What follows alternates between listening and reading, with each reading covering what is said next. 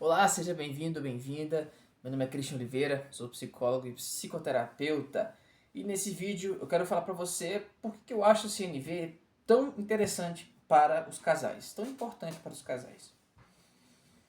Pensei aqui em várias linhas de raciocínio por onde eu poderia explicar para você que sim, estudar a comunicação não violenta, aprender sobre a comunicação não violenta pode te ajudar muito a solucionar e lidar com os problemas que você vem enfrentando no relacionamento.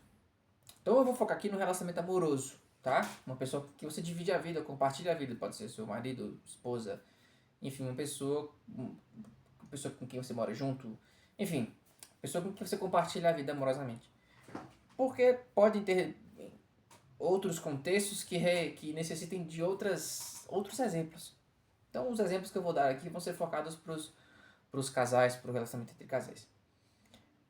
Outra coisa importante de se falar aqui é que se você ainda não tem uma base mínima, não sabe muito o que é comunicação não violenta, nunca ouviu falar, eu recomendo você pesquisar outros vídeos.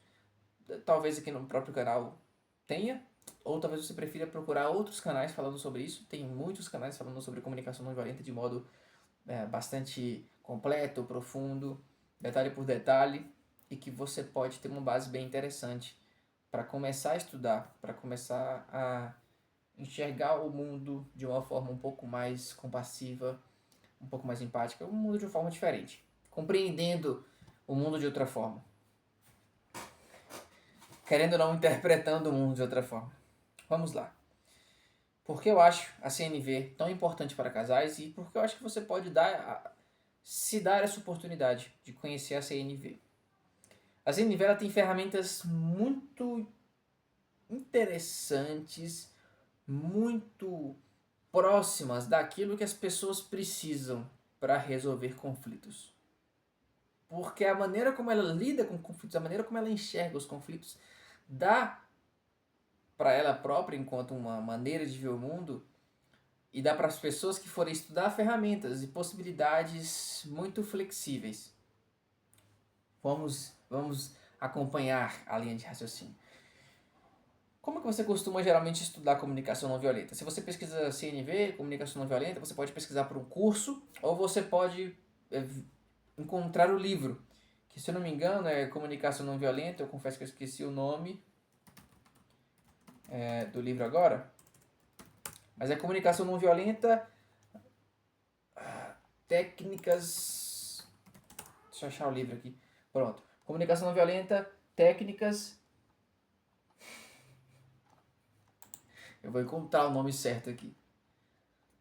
Técnicas para aprimorar relacionamentos pessoais e profissionais. É isso mesmo, pronto. É porque o título em inglês, o original, ele não tem essa pegada de técnica. Mas aí no Brasil, para vender, eles entendem, ó, técnica vende. As pessoas querem uma coisa objetiva, pontual. Então vamos lá, vamos focar na técnica. Colocaram comunicação não violenta, técnicas para aprimorar relacionamentos pessoais e profissionais. Seja pelo curso, seja pelo livro, você começa a entender como surgiu a comunicação não violenta, quem é Marshall Rosenberg, qual a história dele, qual que foi a motivação para ele. Ele tem uma história pessoal que está ligada com essa necessidade, com o desenvolvimento da CNV, está ligada com essa ideia de por que as pessoas ferem as outras e por que umas fazem tão bem as outras. O que está por trás disso, como ele foi desenvolvendo, foi psicólogo, esteve ali estudando, foi aluno de Carl Rogers, então ele já vem com essa bagagem humanista. Você começa a estudar, entender as motivações e aí você já parte para a ideia, assim, não tão bruscamente, não de modo tão brusco, aí falar bruscamente, mas não de modo tão brusco, mas você parte para a ideia das técnicas, dos passos. Então você começa a entender o que é observação, o que é sentimento, o que é necessidade, o que é pedido e qual que é o papel de cada uma delas na comunicação não violenta. E aí você vai entendendo um pouco mais, vai tentando aplicar, vai sentindo de suas dificuldades, vai achando que é muito rígido, que é muito cristalizado, muito enrijecido, né? É muito difícil de se adaptar. Algumas pessoas desistem, outras acham interessante, foi o meu caso, e continuo estudando, continuo aprimorando aquele conhecimento, absorvendo cada vez mais, flexibilizando aquele conhecimento para ficar mais adaptável para a própria realidade. Enfim, vai aprofundando. E nesse caminho, as pessoas podem ter muitas dificuldades de aplicar a comunicação não violenta por conta de alguma rigidez da técnica, da CNV enquanto técnica.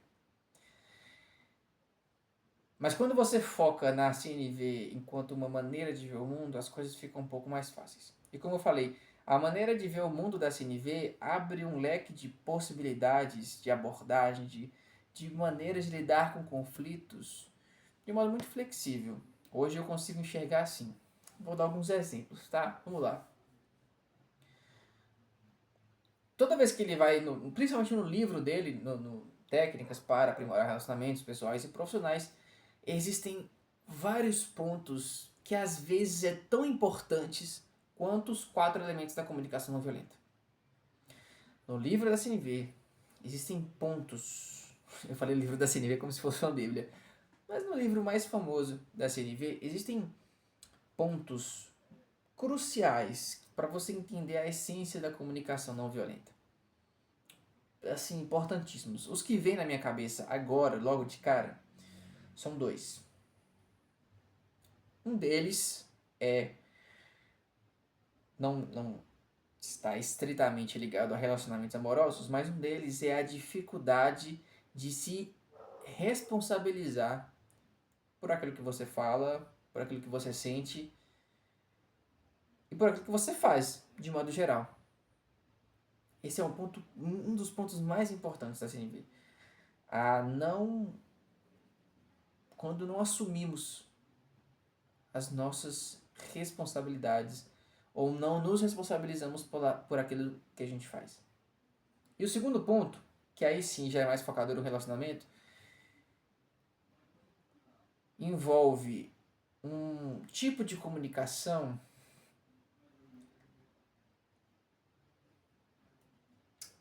como é que eu posso dizer para vocês? O nome que o Marshall Rosenberg dá é um jogo de poder. Esse jogo de poder no relacionamento é o momento, é a situação em que os casais não são honestos uns com os outros sobre as próprias necessidades, próprias vontades e sentimentos. Eu acho que ele chama jogo interpessoal de poder. Um jogo interpessoal de poder. Então são 2 pontos. O jogo interpessoal de poder, primeiro, a não assunção, o não assumir as responsabilidades e o jogo interpessoal de poder. Por que esses 2 me vêm na mente nesse momento enquanto eu falava sobre isso? Veja só. Quando eu vou seguindo lá os 4 elementos da comunicação não violenta, vou seguindo os passos, vou falando sobre o que eu percebi, sobre o que eu vi, falando sobre os meus sentimentos, falo sobre as minhas necessidades. E aí eu chego no ponto de falar sobre os pedidos, sobre pedir, falar aquilo que eu preciso que você faça concretamente. É muito comum que alguns casais caiam nesse jogo interpessoal de poder, que é uma dificuldade de serem honestos e sinceros sobre as suas vontades. Porque muitas vezes nossas vontades, elas parecem egoístas. No fundo, aquilo que a gente quer pode magoar o outro, a gente sabe disso. Pode causar vergonha. No fundo, o que a gente quer que o outro faça não é bonito, vou dizer assim, entre aspas, tá? Bonito de se dizer, porque é muitas vezes é o que passa na cabeça. A gente não se orgulha de querer aquelas coisas, de querer aquilo daquela forma. E a gente acaba caindo por um caminho de, vamos dizer assim, comendo pelas beiradas. A gente acaba tendo dificuldade de chegar no ponto principal, que é dizer para a pessoa que eu preciso que você faça. E esse jogo interpessoal de poder pode também ser ampliado para as nossas outras relações sociais, interpessoais. Muitas vezes as nossas relações são mediadas pela comunicação, elas são dúbias, elas não são claras, são incertas, vagas. Tudo isso pode estar relacionado com essa dificuldade de fazer pedidos claros, porque muitas vezes aquilo que a gente quer que o outro faça pode não ser muito bem interpretado, muito bem visto, muito bem quisto. E não perceber esse jogo interpessoal de poder te atrapalha nesse processo de resolução de conflito de comunicação. Então, falando sobre os aspectos do relacionamento de casal, casais juntos por muito tempo e que já não tinham uma comunicação muito clara entre eles, vão alimentando esse jogo interpessoal de poder em que nenhum dos dois é claro um com o outro. Por mais que digam como se sente, por mais que digam do que precisam enquanto necessidade, não conseguem dizer aquilo que querem que o outro faça. Porque não querem soar egoístas, não querem soar mandões, não querem ser mal interpretados, não querem assumir que aquilo que eles querem não é algo necessariamente moral ou amoral, não é algo visto dessa forma. Justamente por isso pode ser interpretado de uma maneira ruim. Então, são questões do âmbito humano. Mas, enquanto não tomarmos consciência desse jogo, dessa nossa dificuldade de falar sobre certos assuntos, de solicitar certos pedidos, a gente vai criando uma ponte, vai cada vez mais se afastando dos nossos objetivos. Outro ponto, que também está relacionado com esse, da dificuldade do jogo interpessoal de poder, é a dificuldade de assumir a responsabilidade pelos próprios atos. Marshall dedica uma sessão muito grande para essa questão, para a parte do... Eu não sei se o YouTube corta quando eu falo holo. E do na. Em período no qual muitos soldados realizavam ações terríveis e ações, enfim, absurdas, com a justificativa de que foi o meu chefe que mandou. Ele usa um termo que é um termo Armsparch. Não sei se é assim que fala em alemão, Armsparch. Você que sabe falar alemão. É um termo utilizado para falar sobre a linguagem de escritório, como se fosse uma linguagem burocrática. E a gente tem muito isso na nossa cultura, de dizer assim, não, estou só seguindo ordens. Eu faço porque o meu chefe mandou, estou fazendo porque alguém me mandou, só sigo ordens. E Marshall reconhece isso como uma das linguagens mais perigosas que existem. Estou seguindo ordens. A partir do momento que eu falo que eu sigo ordens, eu faço qualquer coisa que vá, inclusive, contra os meus princípios. Mas estou seguindo ordens. A gente sabe os diversos contextos que isso pode acontecer. Agora, para além de casos extremos, vamos trazendo um pouco os exemplos um pouco mais para o cotidiano, nosso cotidiano, hoje em dia. Muitas vezes nós terceirizamos a nossa responsabilidade. Foi alguém que mandou, foi meu chefe que mandou, foi fulano que pediu. Quando na comunicação, um exemplo muito simples de terceirizar a responsabilidade ou de não reconhecer a responsabilidade é quando eu falo, eu faço um julgamento e eu não assumo que essa é a minha opinião. Eu assumo que todo mundo pensa assim. Mas todo mundo acha que você é chato. Ou então assim, você joga muito mal. A sua redação não ficou boa. Você é um péssimo escritor. Só nessa pequena frase eu já deixo de assumir que é a minha opinião. De que eu me responsabilizo por essa opinião. Eu falei, você é um péssimo escritor. Eu não falei que eu acho que você é um péssimo escritor. Um exemplo pequeno e sutil de duas coisas muito importantes. E nos relacionamentos, essas duas dificuldades, ou pelo menos esses dois tipos de comportamentos, características, chame como você quiser, influenciam constantemente no processo de comunicação dos casais.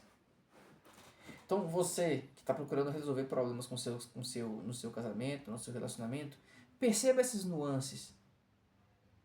Além dos elementos da comunicação não violenta, além de conseguir descrever aquilo que você viu e presenciou, aquilo que você sentiu de verdade, sem ser pseudo-sentimentos, quais são suas necessidades ou pedidos, reconheça se na relação entre vocês dois existe